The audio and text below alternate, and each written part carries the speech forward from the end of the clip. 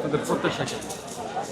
আমি যেটা সবসময় বলে এসেছি যে বিশ্ববিদ্যালয়ের মতো একটা জায়গায় একটা পর্ষদ নির্বাচিত হবে, এখানে আসলে বিভিন্ন মতের বিভিন্ন কর্নারে মানুষজন উঠে আসা উচিত।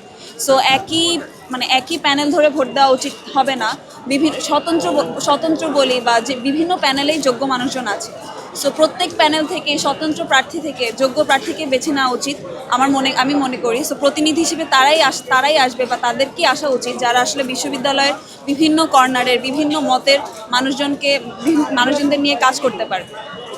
ভোট দিয়েছেন? হ্যাঁ, আমি ভোট দেওয়া শেষ এবং এই তো এটা আপনার জীবনের কততম ভোট? এটা আমার জীবনের প্রথম ভোট, যৌবনের প্রথম ভোট।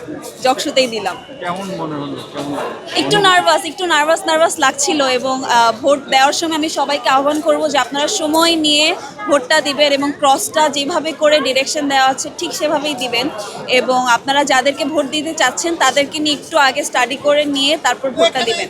সময় নিয়ে ভোট দিবেন, তাড়াহুড়ো করার দরকার নেই, কারণ আমি অলরেডি দেখেছি যে আমার নিজের প্যানেল থেকে দুইজন আমার নামে দাঁড়িয়ে, মানে আমার নাম ঋতিকা, ওর নামও ঋতিকা, আমার প্যানেলের দুজন তো অলরেডি অনেকে ভুল করছে, 7টা ভোট না দিয়ে 6টা ভোট দিয়ে চলে আসছে। তো এই ধরনের ভুলগুলো করবেন না, সবাই 21টা ভোটই অবশ্যই দিবেন এবং সময় নিয়ে দিবেন, তাড়াহুড়া নাই।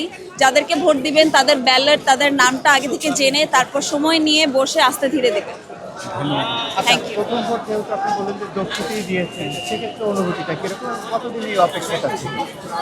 এই এই জকসু তো আসলে বহুল প্রতীক্ষিত এবং 30 ডিসেম্বর এটা হওয়ার কথা ছিল, সেটি হলো না, স্থগিত হয়ে গেল এবং এর কারণে শিক্ষার্থীদের মধ্যে হতাশা, আশাভঙ্গ এগুলো দেখা গিয়েছে।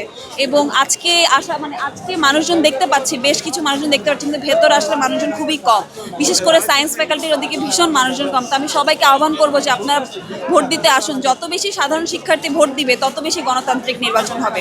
সো এবং ভোটটা দিবেন, সবাই খুব সময় নিয়ে ভোট দিবেন, ভোট দিতে আসুন, ভোট হচ্ছে, আপনারা চলে আসুন।